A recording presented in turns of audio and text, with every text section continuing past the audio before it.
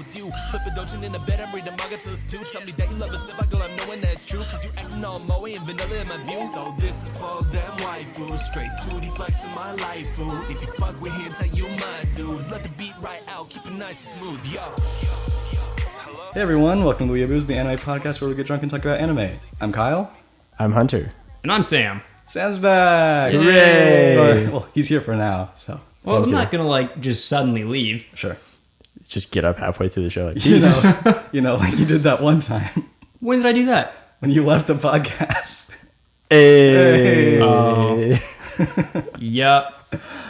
Well, what are we drinking tonight? Well, we're a bunch of cliched pieces of shit because we're drinking Guinness tonight because it's St. Paddy's Day. I don't like Guinness. Fuck the Irish. I'm drinking Widers. It's a hard cider. Thanks for this, Kyle. Yeah, the pineapple, prickly pineapple. It's pretty good, right? Thank Hunter, he got it. Thanks, Hunter. I went to Price and I was like, what's weird? That was weird. I hit my mic. You should probably take a drink. Because Take that's a a rule drink. we had once. Oh, wait. Are the drinking rules all gone? No, I mean, they're there. Don't hit the mic. If there's a booty, take a drink. What's your new rule? Make one right now. You have 5 seconds. 5, 4. Every time I take a drink, 3. both of you have to take a drink. Okay, that's So, fair. Okay. You just have to drink more than you, but whatever. All right, so this week's topic is about an interview that recently came out. Yes, so, it is. an interview with Yoshinari Imaishi, the founder of Studio Trigger, and Yoshinari, an extremely prolific animator, was released last week, and I know other people may have talked about this interview, but I have intentionally stayed away from their talk in hopes to provide something remotely unique. The interview itself was very casual and didn't really introduce anything exceptionally profound, but there was one piece of dialogue that stood out to me, which was when I think Yoshinari said, "We don't make anime with Americans in mind. We make it specifically for the Japanese audience." That statement, which really should be common sense, gave me this small epiphany regarding the discrepancy that exists between anime and Westerners. Storytelling may be universal from a technical standpoint, but the structure and focus of a story is enveloped in culture. Culture is inescapable. We don't realize how much of our own media is ingrained and constructed with American ideals in mind, or the ideals of wherever you're from. Like Hunter, when you ask me for a recommendation, I can come up with something pretty quick. When I have to think of something to watch as a group, I almost get depressed because I always come up with the most generic anime like FMA, Death Note, One Punch Man, and I think to myself, anime is so much more than that, and yet these are only shows, and yet these are the only shows I can think of. Now, after hearing Yoshinari's words, I can give reason to that feeling. Those anime that come to mind are simply told in a fashion that's more attractive to Westerners. Cowboy Bebop is considered a classic in the US, but it's considered completely mediocre in Japan. Really? Yeah, Doraemon. Wait, seriously? Yeah, seriously. It's just almost a failure. No one cares about it. It's you can't find any merchandise anywhere. It's just irrelevant. Yeah. Wow. On the other hand, Doraemon is debatably the most Oh, the well-known- little, it's like a blue cat thing. Yeah, it's one of the most Apparently that well-known- got really big in Malaysia because that was Yeah. one of the big things that Grace knows about. In Asian countries, Doraemon is huge, but it's just never talked about in the US. After we saw Mononoke in theater, two of my friends who aren't as experienced with anime gave off a sort of underwhelming reaction, as if it didn't quite resonate with them. Granted, that's not the sort of movie you walk out of shouting about all the dope moments that happened. So I'd like to ask, what are your opinions on the idea that anime is not exactly meant for Americans, or maybe I should say non-Japanese? But wasn't that just one guy who said that? Was it the guy from Trigger Studios that said that? Was the person who said they don't make it with the Westerners in mind? That was just a guy from an animator from one studio talking, right? Yeah, I believe so. Okay, so maybe that doesn't apply to every studio. I think it's pretty obvious that it seems to apply all the way around. Otherwise, Cowboy Bebop to me would be something that maybe was actually made with Westerners in mind, and as Kyle just said, it was almost a failure. Mm-hmm. So why would any other studio repeat, if they saw how Cowboy Bebop did in their native country, why would they want to make something even remotely similar to it? Right. I don't know. Is it because it's just not profitable in the West? So why waste your time? I suppose. I don't think they get really any profits from us. Like Funimation must take so much. I mean, it's really insignificant. Like Japanese, like these guys just said, they don't really care about what happens to their show in the US. I think American viewers happening to like anime is almost coincidental. Imaishi said when he occasionally finds inspiration in a work outside of Japan, he simply implements that idea into one of his works just like anyone else. Therefore, theoretically, Americans enjoy said anime as a result because it's less Japanese. I have a distinct memory of being confused as a child when anime would cut to entryways where all the shoes would be laid out or focus on particular pieces of Japanese architecture. I would not expect most people to enjoy something like Hyuge Mono or even Rakugo. Kaiji, on the other hand, is something that most people wouldn't be able to put down. And obviously, something being less Japanese isn't always so overt or literal. It's typically much more subconscious on our part. For example, the rest of the interview I mentioned on Little Witch Academia, and they were saying they think Westerners like Little Witch so much because Akko is outgoing and chaotic and impulsive. They then mentioned that Japanese viewers don't typically like those traits in a main character. They said that Japanese audiences much prefer quiet and reserved main characters. But didn't Haruhi do like super good in Japan? Haruhi's like the most energetic character I could think of. And didn't that do super well? It did, but I think for different reasons. I think even though the show was the melancholy of Haruhi Suzumiya, and I feel like Kyon was more of the main focus because in a harem-esque type anime, people relate to the male. And I feel like because people were relating to Kyon instead of Haruhi. Right, it was the exact same. Real quick, as an aside, Mayval is talking mad shit about Cowboy Bebop right now. He even spelled it wrong. Cowboy Bebop. Cowboy Bebop. What do you mean? He said he agrees. Take a drink. He agrees. All right, that's a drink. Titties. I think you misunderstand. I think Mayval, I mean, maybe I'm wrong, but I think Mayval is agreeing that it's just not popular in Japan. Oh, I thought he was agreeing that it's just mediocre. Wait, what were his words? He said, I personally agree with Cowboy Bebop. There's a delay on the chat, so we'll never know. Anyways, what do you guys think about this discrepancy? I think that actually makes a lot of sense. I always wondered why. It's funny, I'm like the stereotypical Western viewer because I've always said I hate it when like the main character is really shy or timid. I much prefer when they're outgoing and like braggadocious. Yeah, you hate the bitch confident. character. We've been over that. Mm-hmm. Yeah, I know, but that's what I'm saying. Like literally, it speaks volumes to I am the stereotypical Western viewer. Right. I mean that brings me to what I wanted to say next, which was like I can't help but think of you, Sam, who has a shorter attention span, and Jeremy, who seems to want instant gratification in his media, and I agree with the statement that most anime doesn't align with westernized taste. So why is this? Can we just say the phrase cultural differences and call it a day? Is it pacing, relatability? Like how universal is storytelling in media? And I think it's a combination of all those elements and more, but most of all, intent. The intent of most anime is to appeal to a specific type of person. The intent of most Western media is to appeal to the masses and be as intense and dramatic as possible. Western media, to me, comes off as very competitive, like they're all trying to do the same thing, which is be the best, like more depth, more shocking twists. The intent of Western media is to be the next big thing. As someone who has not seen a lot of popular TV shows, what I have seen all feel structurally identical.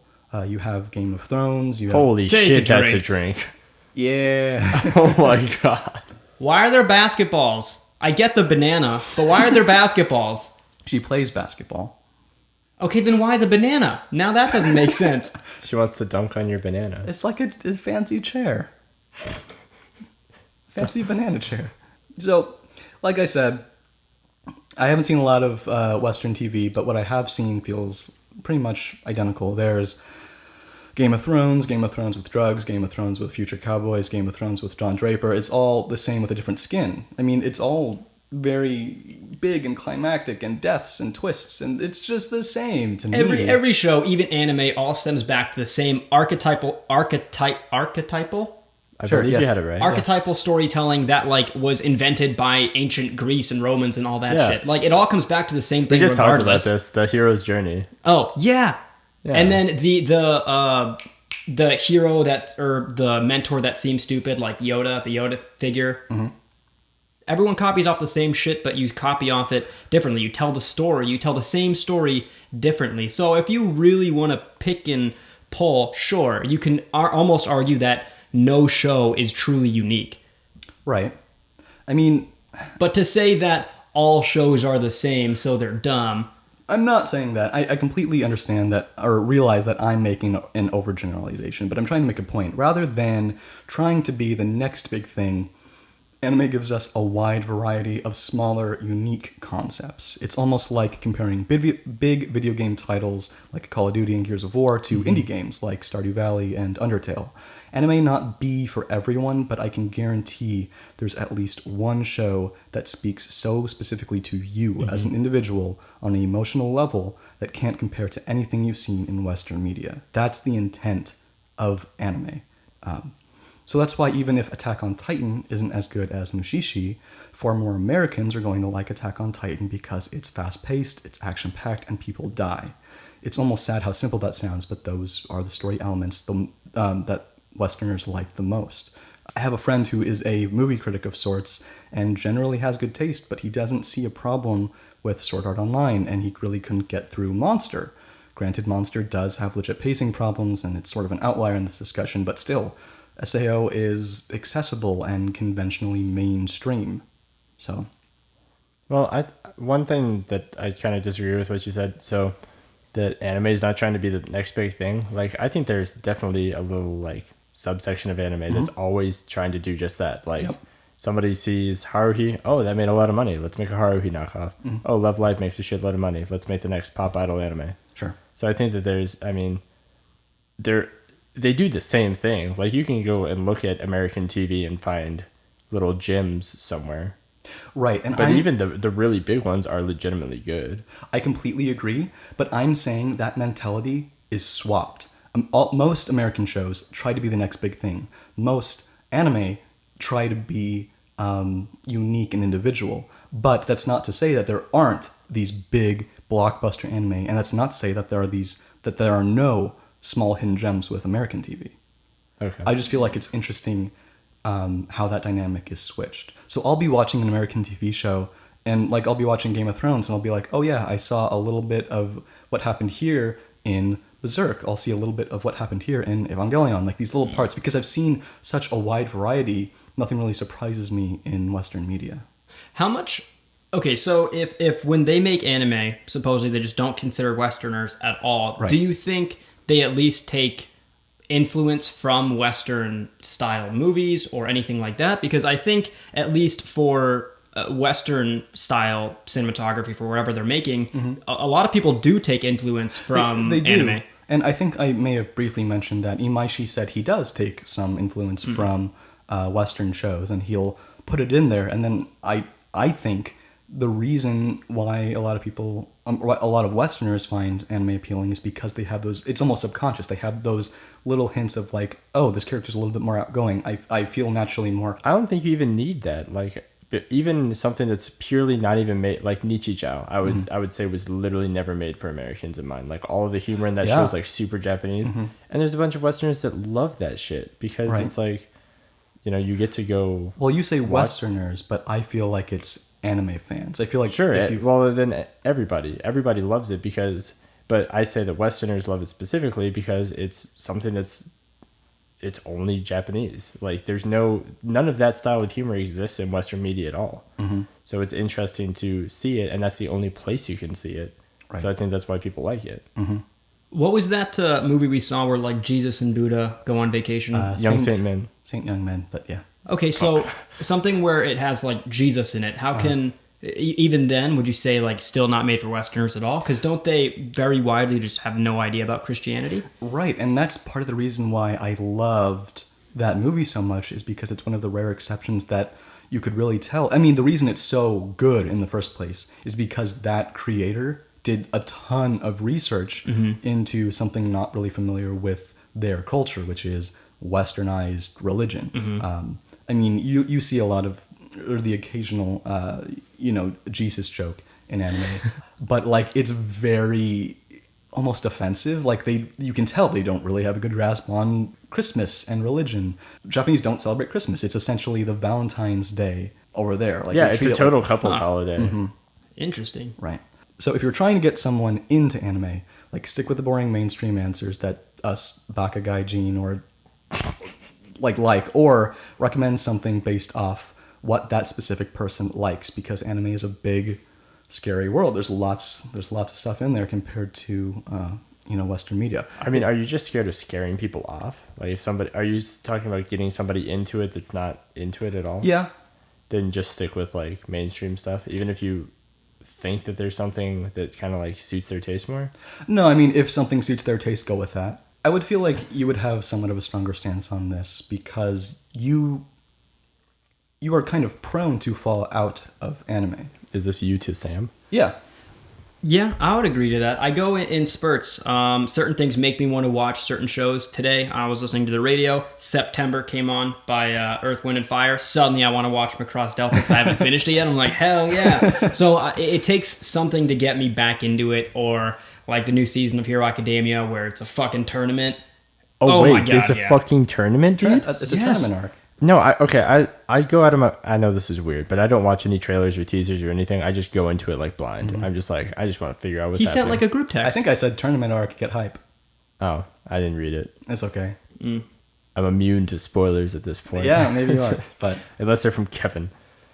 Dude, Kevin's so bad. Spoilers. But when it comes to me falling in and out, though, even when I am watching anime, even though, sure, I do watch a lot of like the stereotypical, of course, a Westerner's gonna like this kind of thing, I think to some extent I still do watch some of the stuff that's just not geared towards Westerners. Well, did you like Prison School? Like, honestly. I thought it was entertaining, but I'm not a fan of harems. right, or fan service. Or, sorry, I said harems. Yeah. Okay. So that's just not my thing. I'm not an ecchi guy. Well, I mean, we should wrap up, but I just think my speculation was you're more prone to fall out of anime because you are more familiar with Westernized media. I just get bored. Yeah, sure. Yeah. Okay. Well, I think that about wraps that up, but let's move on to questions. First, we actually have a pretty long compliment from Mint Chi saying, I'm glad that you've allowed a way for me to support your podcast. I followed you for years, but I was too shy to interact with you like your other followers, but I occasionally sent a message of appreciation anonymously. I was always impressed at how... I almost... Don't... What? Yes, Konosuba's on screen. I was always impressed at how much we had in common in terms of preference in anime. Akira, Attack on Concrete, Perfect Blue, Paranoia Agents are huge favorites of mine. I also love anything with Shinichiro Watanabe's name slapped on it. I was also excited to know that you like Metropolis. I actually really love Osamu Tezuka's manga. Very rarely do I ever meet anyone that likes any of those anime. Although I had an idea of what you look for in anime, listening to your podcast surprised me as I found out that there is actually someone out there in the world that seeks to enjoy anime in a similar way that I do. So there's actually more to that question, but that was the shortened version. But thank you so much for supporting us. Oh, that's so awesome. And I'd like to thank Tim as well. Both you and Tim are our first patrons. We have We people have supporting patrons us on It's Patreon. so, like, that blows me away. But Yeah. thank you so much. So, for as a compliment. quick aside, damn it. Holy shit. Okay, that's a drink. Okay. I was going to ask you, out of those characters, which one you'd like the most, but they're gone now. Now it's just a panties and a... Yeah. I didn't take a great look, but the chick who was in the red kind of on the right. Everyone loves Megumi. Dude, Yeah. Megumi's cool. But so yeah, thank you so much. Our actual question this week comes from the Waffle Man, saying, Yeah. with school and work, Mayval's Tim. Tim, you're Tim. Tim, Mayball. Thank you. So with school and work, this is the Waffle Man. The Waffle Man says, with school and work taking up a ton of my time, I just can't seem to find the time to keep up with all the anime that comes out each season. Do you guys know a way I could stay up to date, but maybe not watch every episode of every series? Kyle's really good at keeping you up to date with whatever you want to know. But dude, I totally feel that guy because, like, I do school and work, and I find it hard to watch stuff because, I mean, there's a lot of stuff I'd like to do. I would have to dedicate every free moment to anime to, like, keep up with everything. Right. First of all, don't watch every series. I mean, there's really no loophole. There's no loophole to it, but something that you might be interested in kind of experimenting with is what I've kind of convinced another friend of mine to do which is stay a season behind. So you can pretty much, like, the day everything finishes airing from the previous season, just binge the best of the best. But so then you can't like interact with people and no, like, I talk about the completely hype. agree. But that's kind of But what you have to do to make time. maybe I'm assuming, but the person who's Waffle Man, the guy who's asking the question, I would assume if he. So you said if you're watching it while it airs, you can like talk about it with people. If he was afraid of like wanting to know what happened with all the anime, he probably has people to talk about it with. Right. So he probably doesn't have anyone to talk about it with to begin with. I don't know. I'm assuming. Well, but- I mean, so one of the things I really enjoyed was like watching an episode of ReZero, hopping on the anime subreddit, and looking at like the discussion page, I mean, and seeing what like people's reactions and what people like, predictions, all that kind of stuff. maybe just be incredibly selective. Just pick the best and then wait to hear, pick one thing per season, wait to hear opinions on other things that are coming out, and, just be super selective. We've been going a little bit longer than usual, so let's try to get into what we're watching. I actually have a lot more to say than usual, because a lot of things are wrapping up, but first of all, Katana Gatari. Okay, so I actually have something else besides Katana Gatari. Yes, you do. But so we watched the 9th episode of Katana Gatari. Finally back to actual normal katanas as opposed to like bullshit, Whatever. which I thought was really cool. I really liked this episode. There was a lot of like growth with them as a couple. As weird as that sounds, Yeah, it was. So like it was always like hinted at, and they finally like become like an actual couple in a way this episode. So that was pretty cool to see. I like the fact that, like, I remember previous episodes he was talking about using a katana and that nobody that isn't a katana user should use one because they're destined to fail, like when he was fighting his sister. So I thought that like he was totally wasting his fucking time doing the training. I was like, he's just gonna beat her ass without a katana next time. Right. But I did really enjoy seeing all of his like horribly wonky stances, like like sliding across the dojo. This was definitely the comedy. Yeah, it was a pretty episode. funny episode. But beyond that, I started watching Konosuba. I believe off of somebody in the Twitch chat last week mentioned Konosuba, and I was like, I've heard of that, and I went to start watching it. And I actually really like it. It's almost like a parody of Sword Art Online.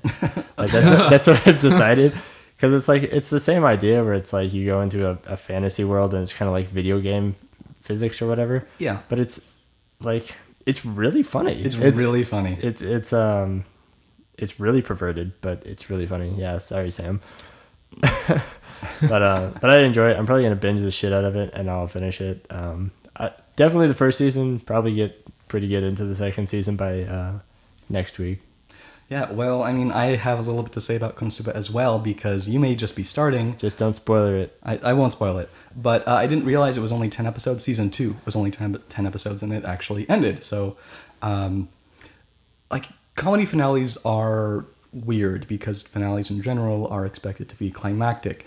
Seeing the team work together and be successful is kind of weird to me, and almost contradicts the nature of Konosuba. From an animation standpoint, it was really well done, but that's not really what I watch Konosuba for. I watch it for the group dynamics and how every character's terrible personality and lack of integrity fuels the plot. If we get a third season, I'd really like to try to wrap things up, because if it doesn't, Konosuba could easily become one of those ambiguous anime with no true endings that sort of fizzles out and dies. So Okay, Kyle, real quick. Kill, fuck, marry, Crusader, Megumin, Aqua. Go. Oh my gosh. Mary, Megumin, All right, fair choice. fuck Aqua, kill the Crusader.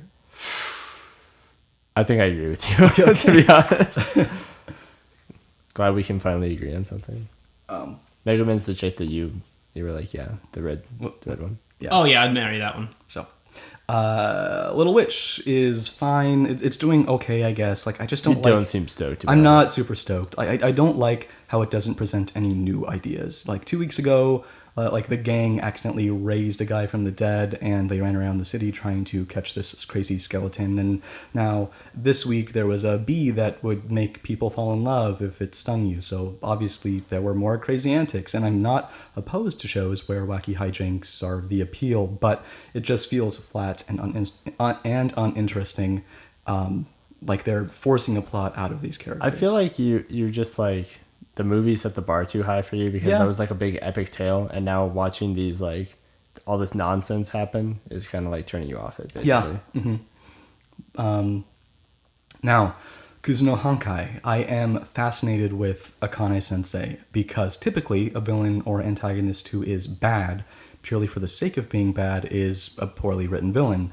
Yet that's pretty much the case with Akane, but she still feels perfectly believable to me. I've met and maybe even dated someone like her who simply loves attention from men and likes making other women jealous. Those sort of people exist, and I think it's true how people who showcase doing very adult things are actually more immature than anyone else. The one thing I didn't love about this week's episode was how the male teacher was sort of glorified. Akane admitted to being an overall bad person, and he responded that he still loves her. And that is not as romantic as it sounds, because what the show fails to convey to us is the fact that realistically, he's just in love with this fantasized version of Akane.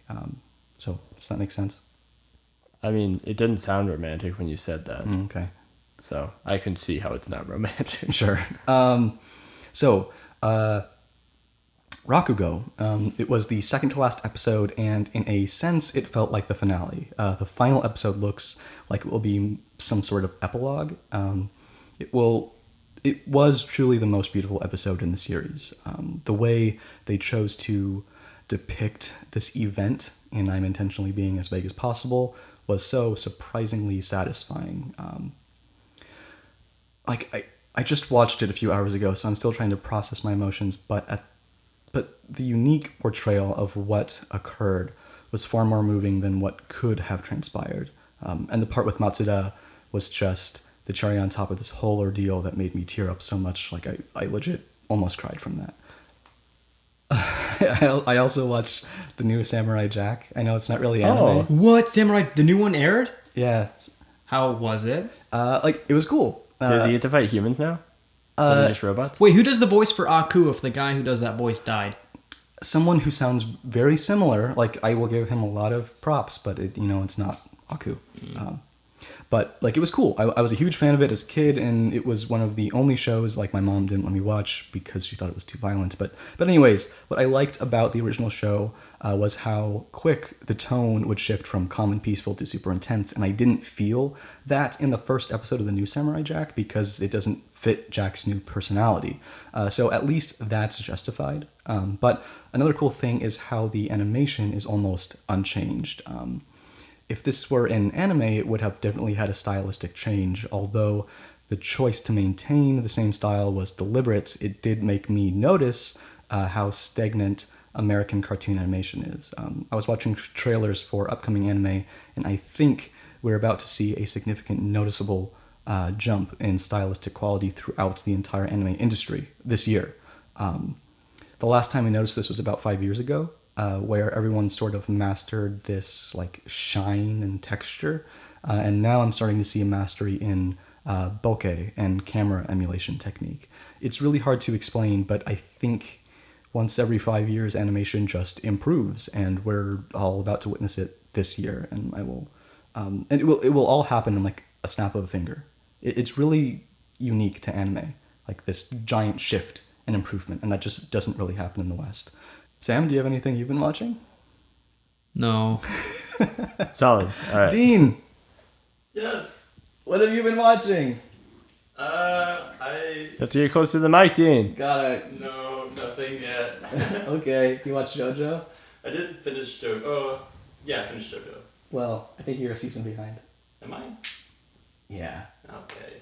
Kyle, what do you think of Kyo Ani? Kyoto Animation in general? Kyo Ani? Yeah. Oh, Kyoto Animation. Seems to be moving on from cute girls doing cute things.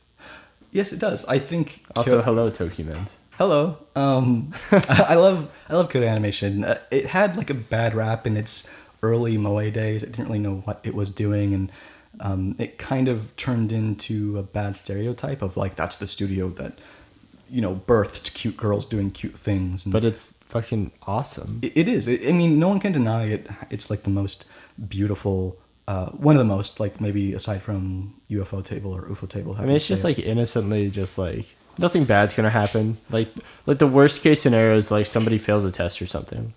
Right. I mean, the biggest downside is maybe the content they adapt isn't super fantastic, but I like it. You know, it's always enjoyable. So please keep sending us questions or opinions on anime you're watching. You can send questions to us anywhere. We're at theweeabooze on Twitter, theweeabooze@gmail.com, theweeabooze on Instagram. I'm Secret Otaku on Tumblr, or just leave a comment on wherever you're listening. If you like what we do and you'd like to support us, please consider helping us out on Patreon. Word of mouth is honestly the best way to promote our podcast, so it really helps when you guys reblog the episode or share it in whatever way works best for you. If you have the time, please give us an iTunes review. If you haven't already, click the subscribe or follow button on whatever platform you prefer, because seeing our fan base grow really makes us happy. We want to get the word out. I already said that. So we want to thank Hentai Dude for our intro music and Kuwagata for our outro music. He changed his name, Sam. Yeah. Same guy, though. Okay. And like always, get drunk. And? Anime. See you guys next week. Bye. You can catch me smoking a sour off the coast of Okinawa. Feeling so high like I'm Ho-Oh in a tower. Take a flight on some shit. Got my dogs riding beside me, blazing hot. That's kamikaze, sacred fire. Don't be mad, I'm lit. Catch me smoking a sour off the coast of Okinawa. Feeling so high like I'm Ho-Oh in a tower. Take a flight on some shit. Got my dogs riding beside me, blazing hot. That's kamikaze, sacred fire. Don't be mad, I'm lit. If we say drink, you drink. Twice. Twice. Shots. Shots? Shots.